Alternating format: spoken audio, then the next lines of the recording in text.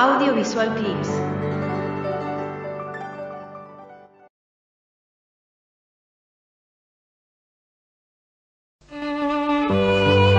Hablaremos hoy de Cuba y la liberación de los pueblos americanos. Así que nos quedaremos en América hoy, ya que siempre andamos por Grecia, por China, por Europa. Hoy hablaremos de Cuba y de la liberación de los pueblos americanos. Bueno, empecemos en 1824, ¿no? Con la batalla de Ayacucho. Después de esa batalla ya no quedaba nada del dominio español sobre el continente americano. Los últimos virreyes, gobernadores y generales, si es que no habían dejado sus vidas en América, pues habían tenido que regresar a España para decirle al rey que América ya no era de ellos, que era la antorcha viva de la libertad, ciertamente. Cada intento de reconquista era un descalabro para los españoles y de lo que había sido el imperio colonial solo quedaban las islas de Santo Domingo. En realidad la isla es la española, pero quedaba la parte española de esta isla, que es la que hoy corresponde a la República Dominicana, cuya ciudad principal es Santo Domingo. Quedaba también Cuba y San Juan de Puerto Rico. Allí se refugiaban los españoles y también las tropas que habían sido derrotadas en otras regiones de América, tropas que venían de la Florida, de México, de América Central, de América del Sur, y el foco más importante de paso para esas tropas era La Habana. Por allí pasaban todos antes de volver a España.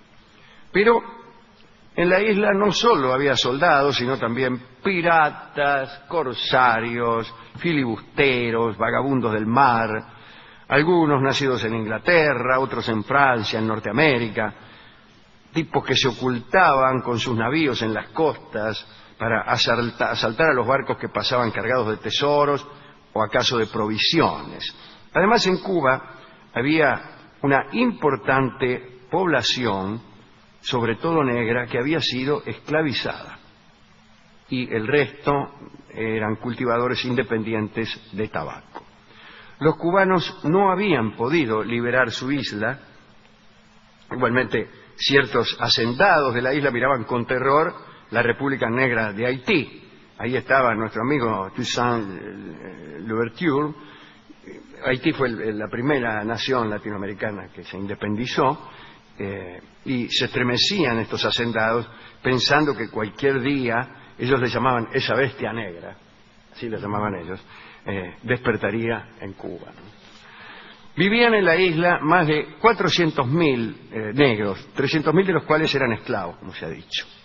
Pero la idea de la independencia estaba en el ambiente, aunque los intentos para lograrla no habían tenido éxito.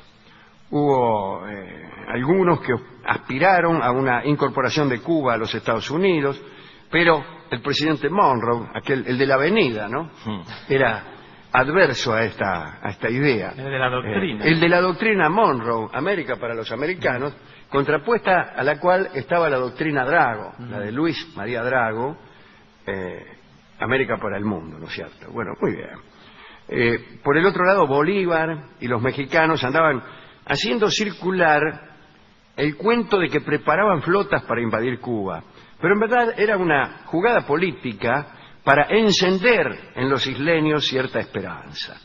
También unos colombianos vinieron desde Nueva York hasta La Habana, sembrando la incertidumbre en el camino. Ahí andaba la logia masónica, Soles y Rayos, ¿no?, de Bolívar, moviéndose en las sombras. Las conspiraciones finalmente no estallaban, porque no tenemos barco, no tenemos dinero, en fin. De todos modos, existía un ideal de rebeldía. El motivo de esta charla es destacar cómo en ese ideal de rebeldía de los cubanos estuvieron siempre presentes los poetas.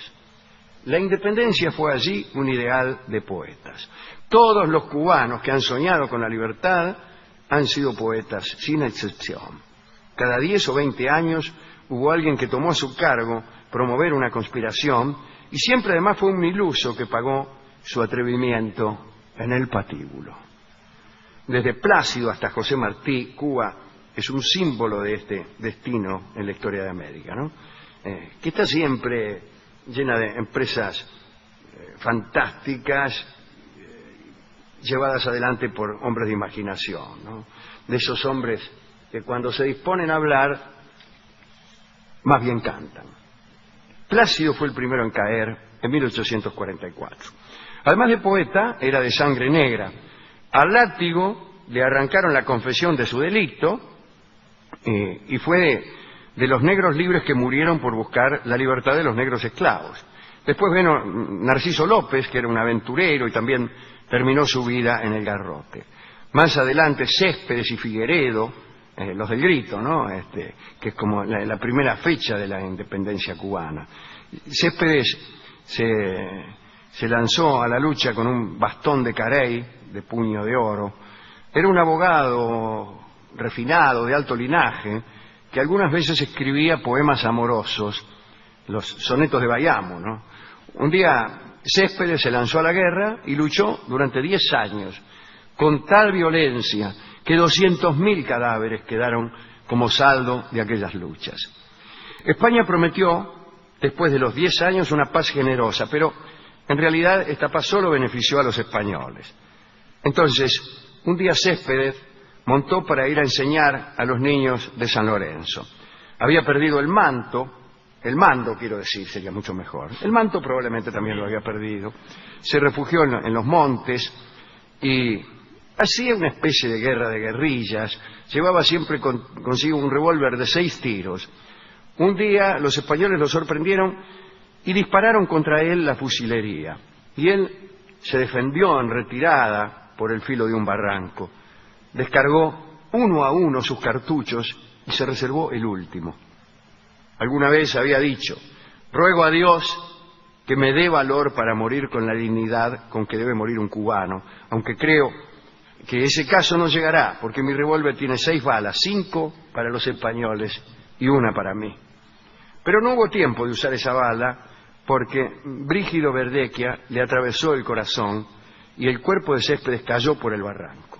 Cuando recuperaron el cadáver, en el revólver quedaba una bala, aquella que Céspedes había reservado para él mismo.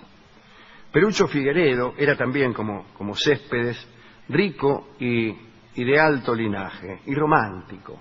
Andaba en tertulias y en las logias, hablando siempre de la revolución. En su casa de campo se sentaba al piano, componía aires que luego se hacían populares, y mientras soñaba con su Cuba libre, escribía versos, dibujaba caricaturas. Había compuesto una marcha que se tocaba en todos los pianos y se cantaba en las calles, incluso la susurraban los esclavos, y hasta el propio gobernador español se la cantaba a sus niños como canción de cuna, sin sospechar que luego sería la canción de la libertad. Bueno, estalló la revolución. La gente de Perucho trabajaba día y noche haciendo balas y tratando de construir una fábrica de pólvora.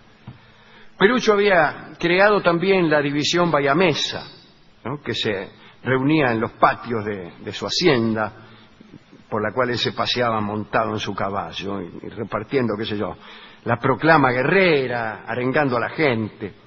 En el cuartel, hombres y mujeres trataban de fabricar una bandera con los mismos colores de la de Narciso López.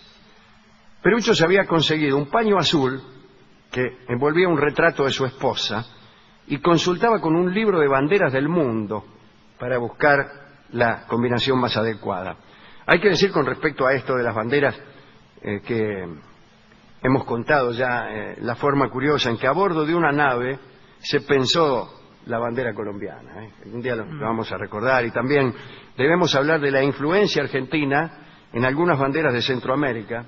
Sí, se parecen a la de Argentina y se parecen por razones que hemos de contar en su momento. Bueno, así estaban las cosas. Los esclavos se declararon libres y juraron morir por esa bandera que había concebido Perucho.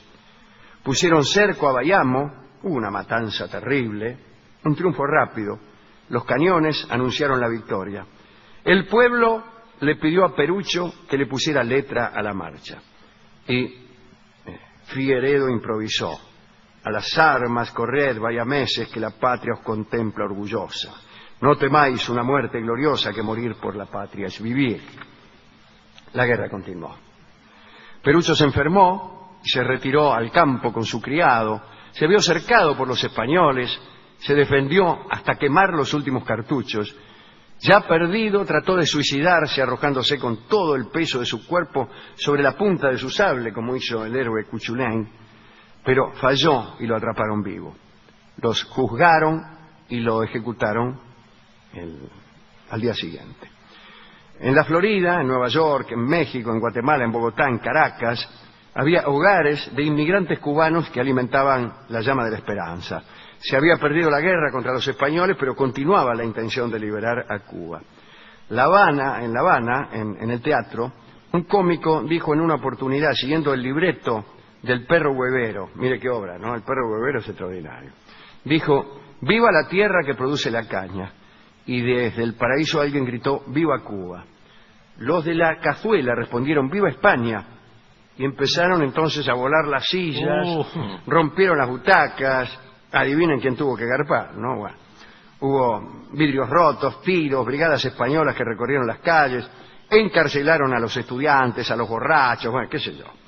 Uno de los soldados recibió un papelito escrito por 3 estudiantes que le preguntaban: ¿sabes cómo se castigaba en la antigüedad la apostasía? Los 3 estudiantes fueron apresados. Al que redactó el papel se lo castigó. Debía trabajar 6 años en las canteras. Y ese era José Martí, apenas un niño. En la cárcel morían de cansancio y de hambre al lado de Martí duros criminales. Martí también era poeta. Y en la cárcel escribió en una pared: la patria así me lleva, por la patria morir es gozar más. Un día un hombre piadoso e influyente sacó a Martí del presidio y lo mandó desterrado a España. Y allí quedó Martí en España. Discutía en el café, a la salida del teatro, o donde hubiera 2 españoles dispuestos a discutir, es decir, en cualquier parte, ¿no? Era un joven pálido y enfermo, pero con un gran ímpetu. Parecía el último romántico. En La Habana, los estudiantes seguían siendo blanco de las iras españolas. 8 de medicina fueron fusilados, 35 condenados a presidio, entre ellos muchos amigos de Martí. Y José protestaba en Madrid, daba discursos en las logias, escribía artículos en los periódicos. Él fue corresponsal de La Nación de Buenos Aires. De todos lados salía aplaudido y respetado. Lo llamaban el apóstol. Viajó de España a México, pasó por Guatemala, fue a Nueva York, y el grito de Cuba Libre se convirtió en continental, y el nombre de Martí en una bandera. Llegaba la hora de actuar. En Nueva York preparó 3 barcos repletos de municiones. Los cubanos lo esperaban, pero vino un alguacil que lo delató y le confiscaron las naves. La policía lo buscaba, escapó a caballo por los Estados Unidos. En el camino hacía contacto con conspiradores, juntaba guita para la causa. Sabían en Cuba que el apóstol llegaría pronto y se precipitó la guerra. Y llegó Martí a Cuba, después de años de exilio, en los que no pudo ver a su hijo, José, del que habla en su libro, ¿no? Ismaelillo.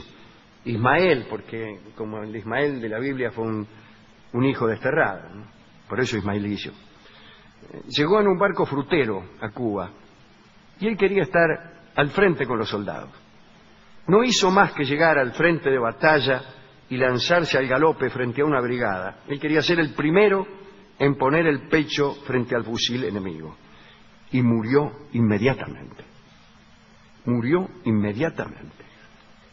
Los españoles llevaron su cadáver en un cajón de tablas como trofeo a Santiago de Cuba, trofeo de una batalla que perderían en el balance último de la guerra. No imaginaban que en ese morir por la patria Martí encontraría su consagración. Valeriano Wagner, el general a quien España confió sus ejércitos, convirtió a Cuba en un campo de concentración, la gente moría, en fin. El cónsul americano dio a conocer al mundo que había 400.000 personas encerradas, ¿no? Intervino Estados Unidos.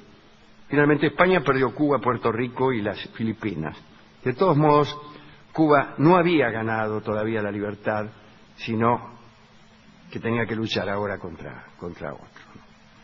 Escribió alguna vez Martí un poema chiquitito que viene bien para un día como hoy. Me gusta este verso. este pequeño verso de Martí. Con la primavera vuelve el verso alado, que hará mi corazón que amar no quiere, si le asalta el amor por el costado. Hará lo que hace el cielo cuando el fuego lo abraza. Brillará como bóveda encendida hasta que el fuego pase. Todo pasa. Hermoso poema de don José Martí. Hasta que el fuego pase, todo pasa, es muy astuto. Porque parece que pase es la rima y que es equivocada. Y luego esa literación. Hasta que el fuego pase, todo pasa. Está bien. Dedicamos esta recordación a José Martí y a todos los poemas, sí, y a todos los poetas americanos que tuvieron un corazón valiente, a todos los poetas que no se contentaron con rimar y a todos los libertarios que no se contentaron con luchar, también podríamos decir, ¿no? A todos los que saben que el valor y el verso no están enemistados, sino que a lo mejor son la misma cosa.